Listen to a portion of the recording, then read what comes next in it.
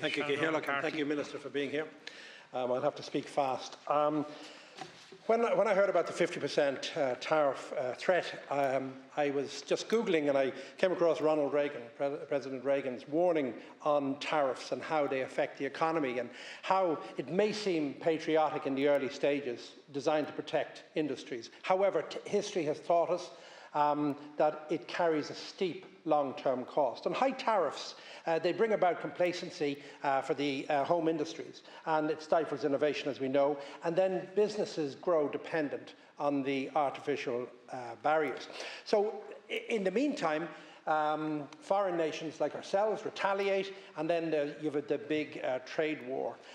The result of that is markets contract, costs rise, and then the jobs vanish. And that has been a pattern since the 1930s. So for Ireland, as well as Europe, it's a hugely difficult time because we're a small, open economy, and 80% of our output is destined for export. And millions of jobs across Europe and many in Ireland rely on the stable, rules-based economies that you're talking about.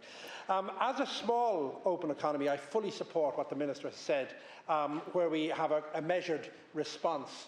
And we must resist the short-term provocations which seem to be a threat, and then they back down, and then we threaten again, and it's all about diplomacy here. And history reminds us once again, as Reagan has said, that protectionism will lead to higher consumer costs and job losses. I think the 50% tariff, that threat, is not a negotiation tactic. I think it's like a grenade thrown into the room to get your attention. So I want to agree with Minister Paschal to stand firm, not to be reactive, to be measured but not passive. And then Ireland and the EU can be seen as voices of reason in this trade war, but let's have rules-based trade. Thank you.